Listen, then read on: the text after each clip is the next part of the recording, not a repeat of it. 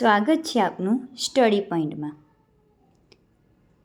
આજે આપણે ધોરણ 11માં વિષય વાણિજ્ય વ્યવસ્થા અને સંચાલન વિશે અભ્યાસ કરીશું.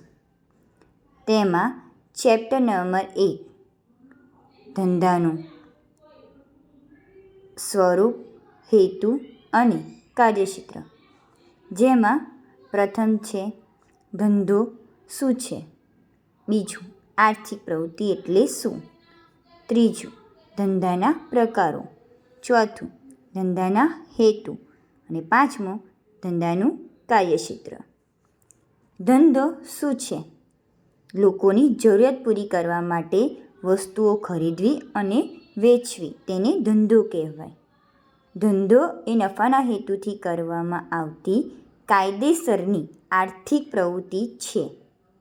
ધંધો એ ખૂબ જ મોટા પાયા ઉપર કરવામાં આવતો હોય છે. હવે આપણે ધંધાના વિવિધ ઉદાહરણો જોઈશું. કિરાના સ્ટોર, ચાની લારી, કપડાની દુકાન, આ બધા ધંધાના વિવિધ ઉદાહરણો છે. તેમજ મેડિકલ સ્ટોર, શાકભાજીની દુકાન વગેરે પણ આપણે ધંધાના ઉદાહરણો કહીશું. બીજું આર્થિક પ્રવૃત્તિ.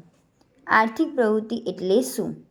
જે પ્રવૃત્તિ પૈસા કમાવા માટે થાય તેને આર્થિક પ્રવૃત્તિ કહેવામાં આવે છે. કૃષિ, ઉદ્યોગ, વેપાર, સેવા, આ પ્રવૃત્તિ પૈસા કમાવા માટે થાય તેને આર્થિક પ્રવૃત્તિ કહેવાય છે. હવે આર્થિક પ્રવૃત્તિનું પરિણામ તો આવક વધે છે, જીવન ધોરણનું જે સ્તર છે એ સુધરે છે, રોજગારી મળે છે. આર્થિક પ્રવૃત્તિથી વ્યક્તિ, સમાજ અને દેશનો પણ વિકાસ થાય છે, કારણ કે તેમાં નાણાકીય મૂલ્ય હોય છે. આર્થિક પ્રવૃત્તિના વિવિધ ઉદાહરણો: દરજી, ડૉક્ટર, ખેડૂત, શિક્ષક. આ પ્રવૃત્તિ પૈસા કમાવા માટે થાય તેને આર્થિક પ્રવૃત્તિ કહેવામાં આવે છે. આર્થિક પ્રવૃત્તિ એ નાણાકીય મૂલ્યમાં માપી શકાય. હવે ધંધાના પ્રકારો તો પ્રથમ છે ઉદ્યોગ, બીજું છે વેપાર અને સેવા. ઉદ્યોગ વસ્તુઓનું ઉત્પાદન કરવું, વેપાર વસ્તુ ખરીદવી અને વેચવી, સેવા લોકોને સેવા આપવી. ધંધાના મુખ્ય 3 પ્રકારો છે. ધંધાનો હેતુ તો પ્રથમ નફો કમાવો, બીજું ગ્રાહકોની જરૂરિયાત પૂરી કરવી, ત્રીજું સમાજનો વિકાસ કરવો, રોજગારીની તકો ઊભી કરવી. ધંધાનો મુખ્ય હેતુ વ્યક્તિ અને સમાજના કલ્યાણનો હોય છે. હવે ધંધાનું કાર્યક્ષેત્ર તો ધંધો એ સ્થાનિક છે. ધંધો આપણે આપણી આજુબાજુ પણ કરી શકીએ છીએ.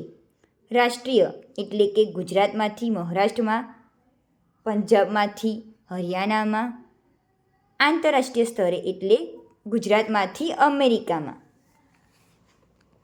હવે આ પાઠનો સારાંશ તો ધંધો એ આર્થિક પ્રવૃત્તિ છે. ધંધાના મુખ્ય 3 પ્રકારો ઉદ્યોગ, વેપાર અને સેવા. ધંધાનો હેતુ નફો કમાવાનો અને સેવા આપવાનો છે. ધંધાથી વ્યક્તિ, સમાજ અને દેશનો વિકાસ થાય છે. આપ સૌનો ખૂબ ખૂબ આભાર.